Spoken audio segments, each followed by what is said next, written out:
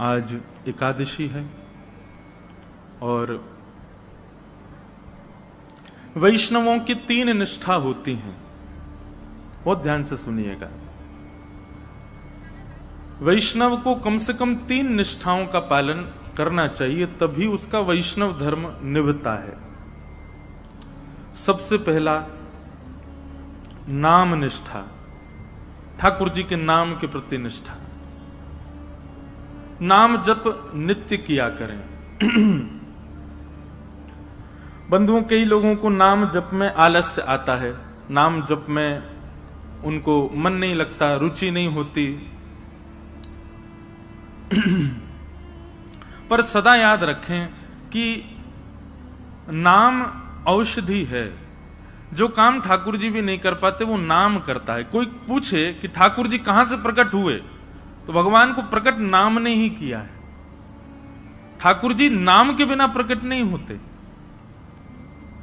मैं कथाओं में कहा करता हूं, जिसने गाया उसी ने पाया ठाकुर जी को। जो गाता नहीं है ठाकुर जी को, वो पा नहीं सकता। आप लोग कहें कि हमको सेवा में बहुत सुख मिलता है, हमसे परिक्रमा लगवा लो, कथा सुनवा लो। अच्छा, एक और बात है कि अगर आपकी नाम में रुचि नहीं है ना, तो बाकी के सारे क्रम जो आप करेंगे उसमें आप कोई ना कोई अपराध जरूर बनेगा आपसे। नाम अपराध मुक्त करता है। क्योंकि बहुत बड़ी बात है कि जब आप ठाकुर जी का नाम गाते हैं ना, तो स्वयं श्री जी आकर के आपके सब अपराधों को क्षमा करने का पूर्ण प्रयास करती हैं। एवं श्री जी की कृपा से आपसे फिर अपराध नहीं बनता। सेवा का या जो भी अपराध के नियम हैं, वो सब अपराध नहीं बनते। श्री जी का नाम गाते हैं तो फिर ठाकुर जी पूरी जिम्मेवारी रखते हैं कि भाई ये नाम गाता रहे, उसके लिए इसके जितने भी अपराध इससे बनते हैं वो सब संभालो, इसकी बुद्धि सुदृढ़ करो। नाम का बहुत महत्व है,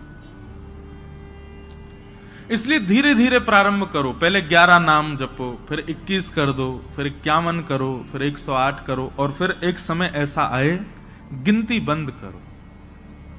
मैं ये बात अपनी कथा में हर जगह कहता हूं, नाम कभी नहीं गिनना चाहिए। ठाकुर जी का हम कितना जप करते हैं उसकी गिनती मत करो। गिनती करनी है तो उनकी करो जिनकी वजह से इस संसार में पुनरपि जननम पुनरपि मरणम पुनरपि जननी जठरे शयनम, ये बार बार जन्म मृत्यु का जो बंधन हमारा बंधा रहता है, जिन पापों की वजह से, जिन हमारे दुष्कर्मों की वजह से, गिनती उनकी करो। मानव का स्वभाव है, वो दूषित कर्मों को छुपाता है, अच्छाइयों को प्रकट करता रहता है। उल्टा होना चाहिए। अपने द्वारा किए गए श्रेष्ठ कर्मों को छुपाइए। नाथ द्वार दर्शन करके आए तो तब तक चैन नहीं पड़ेगा जब तक आप 10 लोगों को बता नहीं दो हम नाथ द्वारा गए। वृंदावन गए, वृंदावन में जाकर के संतों को भोजन कराया तो तब तक चैन नहीं पड़ेगा जब तक पूरे व्हाट्सएप के ग्रुप उन सब में भेज नहीं दो वृंदावन में हमने संत सेवा करी। कभी किसी का हृदय दुखा करके व्हाट्सएप पे मैसेज भेजते हो, बोल मैंने इतने लोगों का आज हृदय दुखाया।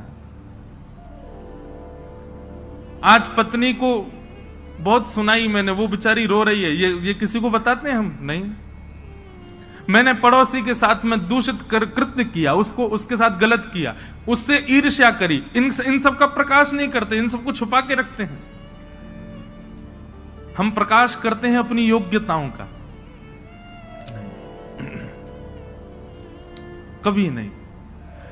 ये बात हम इसलिए कह रहे हैं, हमसे मिलने भी आते हैं लोग, अब भीड़ इतनी होती है तो 1 सेकंड में भी व्यक्ति को यह लगता है कि मैं बता दूं। आप मिलने आते हैं, आपसे ज्यादा उत्सुक मैं होता हूं आपसे मिलने के लिए, लेकिन एक क्षण के समय में भी आप जब ये बता देते हैं, महाराज जी मेरा इतना नाम जप रोज होता है, महाराज जी मैं इतनी घंटे सेवा रोज करता हूं, मुझे रात्रि स्वप्न में ठाकुर जी दिखते हैं। क्यों? एक बात सदैव याद रखिएगा, भक्ति यदि पूर्ण रूपेण आपके चित्त में आएगी तो आप प्रकाश करने से बचोगे, आप उसका प्रकाश नहीं करोगे, उसको गोपनीय रखोगे। और एक बात कहें, जब आप अपनी प्रेम लक्षणा भक्ति को गोपनीय रखते हैं तो आपके मुख की आकृति प्रकाश करती है, आपको बोलने की आवश्यकता नहीं है। हमारे वृंदावन के संतों को देखो, उनको बोलने की आवश्यकता नहीं, उनका मुखमंडल बता देता है कि कृष्ण प्रेम है चित्त में, इनके चित्त में भजन है, इनके चित्त में नाम विराजमान है। भक्तमाल जी में कथा आती है अंतर्निष्ठ राजा की, जो प्रभु के नाम को सदा अपने चित्त में छुपा करके रखता, कभी किसी को यह पता तक नहीं लगने दिया कि वो एक वैष्णव है। एक दिन रात्रि में सोते सोते उसके मुख से स्वप्न में ही निकल गया, सुसुप्ता अवस्था में निकल गया, हां राम। पत्नी ने सुन लिया।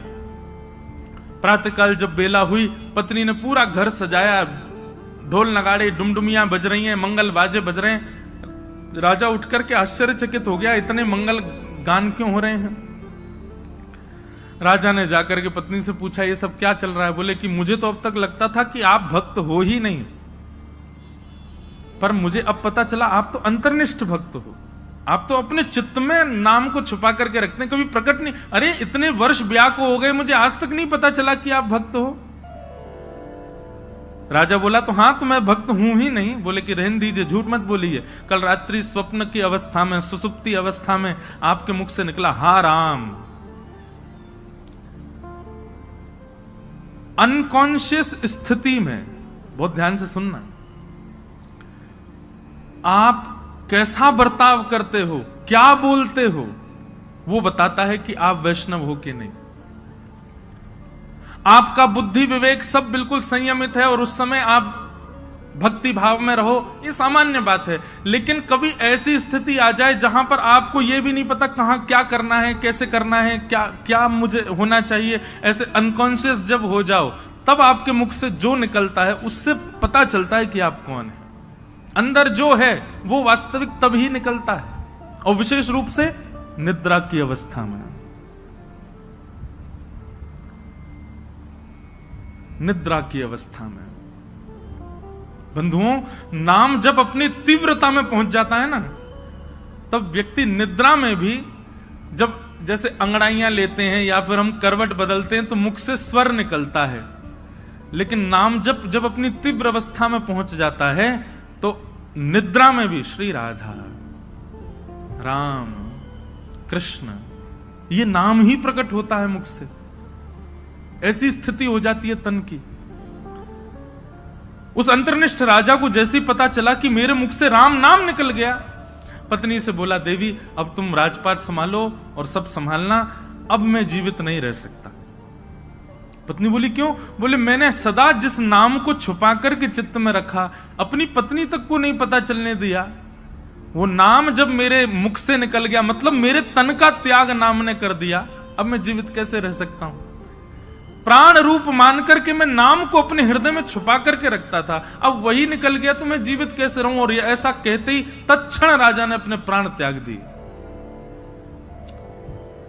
इतना बलवान है नाम। तो वैष्णव की प्रथम निष्ठा होती है नाम निष्ठा। आज मुझसे किसी ने प्रश्न किया, नाम जपने की विधि क्या है? ये विधि विधान जो होते हैं ना, ये श्लोकों के लिए होते हैं, मंत्रों के लिए होते हैं, नाम के लिए कोई विधि नहीं। जपात सिद्धिर जपात सिद्धिर जपात सिद्धिर न संशय। उठते बैठते खाते पीते हंसते हर समय जपते रहो। नाम है ठाकुर जी का।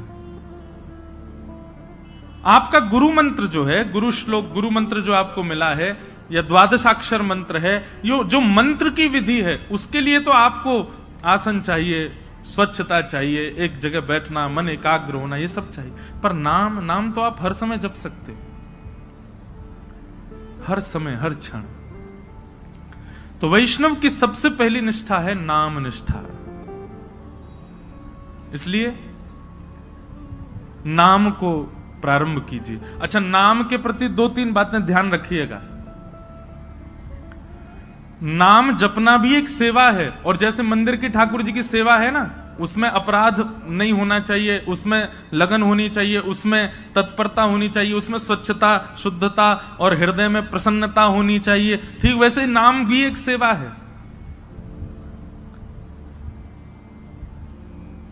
जब आप कृष्ण बोलें तो आपके चित्त में त्रिभंग लली वरहा पीड़म नटवर वपुः कर्णयो कर्णकारम कस्तूरी तिलकम ललाट पटले वक्षस्थले कौस्तुभम नासाग्रे वर मुक्ति कंतर तले वेणु करे कंकणम सर्वांगे हरिचंदनम सुललितम कंठे च मुक्तावली गोप स्त्री परिवेष्टितो विजयते गोपाल चूड़ामणि। कृष्ण कहते ही आपके चित्त में गोपाल जी प्रकट हो जाएं, उनके मधुर रूप का दर्शन होने लग जाए।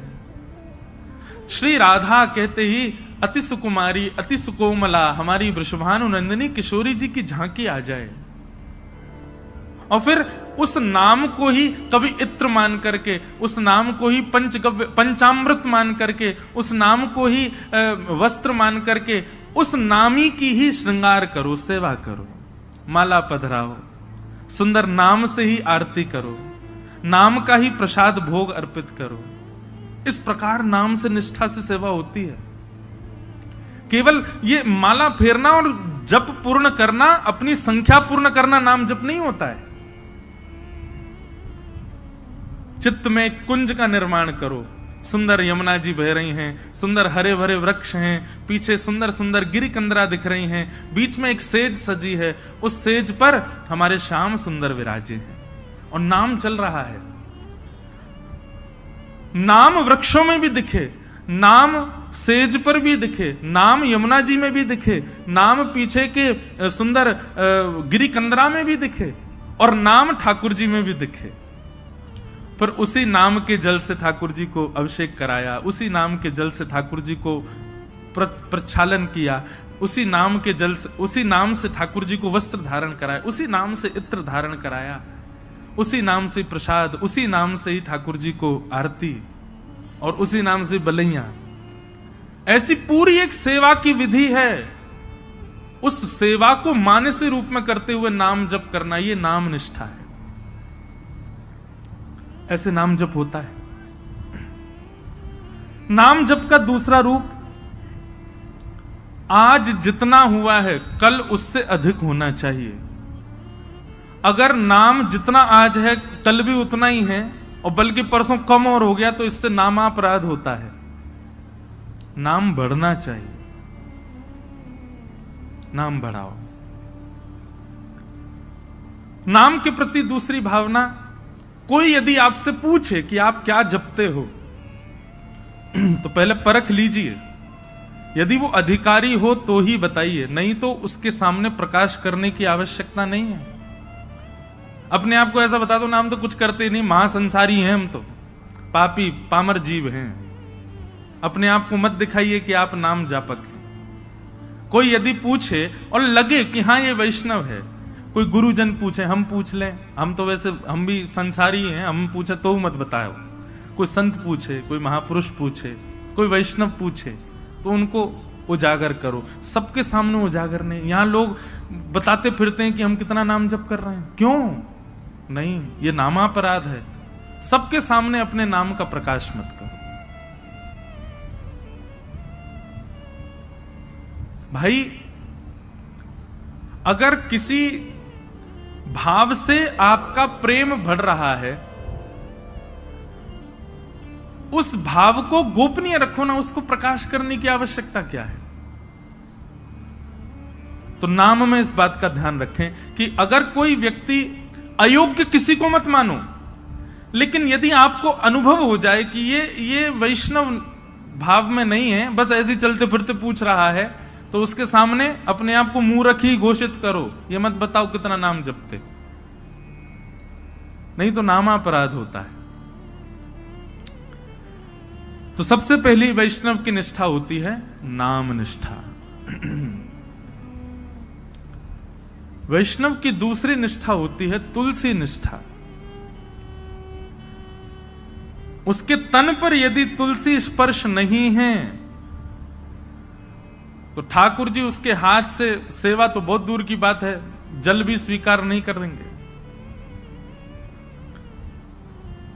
इसलिए आपके तन पर तुलसी स्पर्श होना बहुत आवश्यक है। यह वैष्णव की दूसरी निष्ठा है। कई लोग पूछते हैं तुलसी धारण करने के लिए, आप लोग धारण कर लीजिए, लेकिन उसके बाद लोग पूछते हैं महाराज जी, अगर हम तुलसी धारण कर लें और कहीं कुछ खाना पाना हो तो? तुलसी धारण करने के बाद में एक नियम का पालन आपको निश्चित रूप से करना है कि कुछ भी खान पान ऐसा नहीं करना जिससे तुलसी का अपराध बने। और यदि आपने कहीं गलती से तुलसी जी के धारण के पश्चात कुछ ऐसा खान पान किया है तो दूसरे दिन उन तुलसी जी को यमुना जी में पधराओ। आना पड़ेगा, भोपाल से वृंदावन ही आओ, तुलसी जी को पधराओ, क्षमा याचना करो, ब्राह्मण भोज कराओ, संतों के चरणों में प्रणाम करके क्षमा मांगो, फिर दूसरी तुलसी जी ठाकुर जी के चरणों में अर्पित करके फिर धारण करो। फिर ये वचनबद्ध हो जाना कि अब नहीं करेंगे। एक व्यक्ति मुझसे बोला, बोले महाराज जी जब खाते पीते हो उस समय उतार दें, खान पान करके फिर पहन लें। वाह, ऐसा नहीं करना है। मन में एक भाव आता है कि श्री तुलसी जी आपके कंठ में विराजमान होने के लिए अपने रूप का त्याग कर देती हैं। वो एक पौधे के रूप में होती हैं, वृक्ष के रूप में होती हैं। ठाकुर जी को सुख देने के लिए नवीन नवीन अपने अंदर पत्रों को प्रादुर्भाव करती हैं, ठाकुर जी की सेवा में जाएंगे। लेकिन आपके कंठ को सुशोभित करने के लिए और आपके तन के कल्याण के लिए वो अपने उस रूप का त्याग कर देती हैं, अपने आप को छिलवा देती हैं और उसके बाद माला बनकर के आपके गले में विराजमान होती हैं। इतना बड़ा त्याग तुलसी जी हमारे लिए करती हैं, हम उनके लिए ये सामान्य सी वस्तु नहीं छोड़ सकते। इसलिए तुलसी निष्ठा, तुलसी जी को धारण करो। तुलसी जी गले में धारण होने के बाद में जैसे ही आप कुछ भी पाते हैं, पहली बात तो प्रसाद ही पाएंगे। प्रसाद पाते ही जैसे ही कंठ से नीचे जाएगा, कंठ में तुलसी जी है, नीचे जाते ही उसमें जितने दोष होंगे सब समाप्त हो जाएंगे। तुलसी जी कंठ में धारण हैं और उस समय आपने जलपान किया तो जलपान जैसे ही तुलसी जी के यहां कंठ से नीचे गया, तुलसी जी का स्पर्श होते ही वो साक्षात श्री यमुना जी का, श्री गंगा जी का जल हो जाएगा, ठाकुर जी का चरणामृत हो जाएगा। अरे कहां तक कहें, आप स्नान करेंगे और जैसे ही जल अपने सिर पर डालेंगे, आपके मुख पर आकर के जल जैसे ही तुलसी जी का स्पर्श करके सर्वांगीण अंग पर जाएगा, वह भी दिव्य किसी पवित्र नदी का रूप धारण करके, उनके जल का रूप धारण करके आपके तन को पवित्र कर देगा। तुलसी निष्ठा। कई संप्रदायों में तुलसी जी का भाव ऐसा, धारण करो पर स्नान के समय मत करो। उसमें ऐसा भाव है कि तुलसी जी का जल चरणों में आ जाएगा। तो सब संप्रदायों के अलग अलग भाव हैं। कहीं पर ऐसा भाव है कि तुलसी जी का जल तन पे जाना चाहिए तभी पवित्र होंगे। तो अपने अपने गुरुजनों की प्रणाली के अनुसार आप उसका कर सकते हैं भाव। कई मन में भाव रखते हैं कि हम शौचाचार के लिए जाएं तब तुलसी जी को उतार दें। आपके भाव के ऊपर निर्भर करता है, आपका भाव कैसा है, उस अनुसार आप उसका पालन कर सकते हैं। नहीं तो शास्त्र और संतों की आज्ञा तो 24 घंटे आपके कंठ में तुलसी होनी चाहिए। तो दूसरी निष्ठा क्या है? तुलसी निष्ठा। और तीसरी और सबसे विशिष्ट निष्ठा एकादशी निष्ठा। वैष्णव को एकादशी व्रत निश्चित करना चाहिए। एकादशी के दिन अन्न में पाप का निवास होता है और उसके कारण एकादशी के दिन, अब यहां पर भी एक बात आ जाती है, भाव की बात आती है। देखो, भाव प्राधान्य जब हो जाती है ना बात, तो फिर वहां पर नियम नहीं चल पाते। बहुत ध्यान से सुनिए सब लोग। अब हमारे राधा वल्लभी है और हमारे हरिदासी वृंदावन के, वहां पर अधिकतर एकादशी नहीं मानी जाती। क्यों? उनका भाव ऐसा है कि भाई ठाकुर जी का भोग है, कल हमने ठाकुर जी को भोग लगाया, वो अन्न था जिसको हमने भोग लगाया, प्रसाद बन गया। अब आज एकादशी है, हम उस प्रसाद में फिर ये कर रहे हैं कि नहीं आज एकादशी, आज तो हम उसको पा ही नहीं सकते। तो ठाकुर जी का भोग, उसमें एकादशी पर अन्न कैसे हो सकता है? हम प्रसाद को अन्न कैसे मान सकते हैं? इसलिए कहीं ये भाव उत्पन्न ना हो, इसलिए कई हमारे आचार्य चरणों की प्रणाली में भाव से एकादशी का नहीं नियम माना जाता। पर आजकल के मॉडर्न जमाने में करवा चौथ भी नहीं रखती कई माताएं। क्यों? अरे मेरा ब्याह हुआ, मेरा पति इतना फल फूल रहा है, उसके लिए मैं भोजन क्यों त्यागूं? मैं तो खूब रज रज के पाऊंगी। इसलिए माताएं पाती हैं। देखो कितना भी आप पाओ, लेकिन जब करवा चौथ के दिन कोई मां, कोई बहन अपने पति के लिए व्रत करती है, एक दिन के लिए किया गया व्रत वो शोभनीय लगता है, सुंदर लगता है, उसमें कोई पीड़ा नहीं, सबको अच्छा लगता। बल्कि माताएं सौभाग्य मानती हैं कि हम व्रत करें। और आजकल तो भाई लोग भी करते हैं पत्नी के लिए। अच्छा है, आप लोग ज्यादा एक्सपीरियंस्ड हो, हमको नहीं पता। लेकिन हमारे लिए तो भैया ये एकादशी जो है ना, हमारे प्रियतम के लिए ये करवा चौथ का व्रत है हमारा। हम अपने श्याम सुंदर रूपी प्रियतम के, अच्छा लोग कहते हैं आयु बढ़ती आदि आदि, जो भी कुछ भी बढ़े ना बढ़े, लेकिन हाँ करवा चौथ का व्रत जब मां करती है तो उसका अपने पति के प्रति प्रेम बढ़ता है। पति को भी लगता है अरे मेरे वजह से बच्चा भूखी प्यासी बैठी सुबह से। भाई सेक्रीफाइस जो होता है ना, ये प्रेम में बहुत आवश्यक है।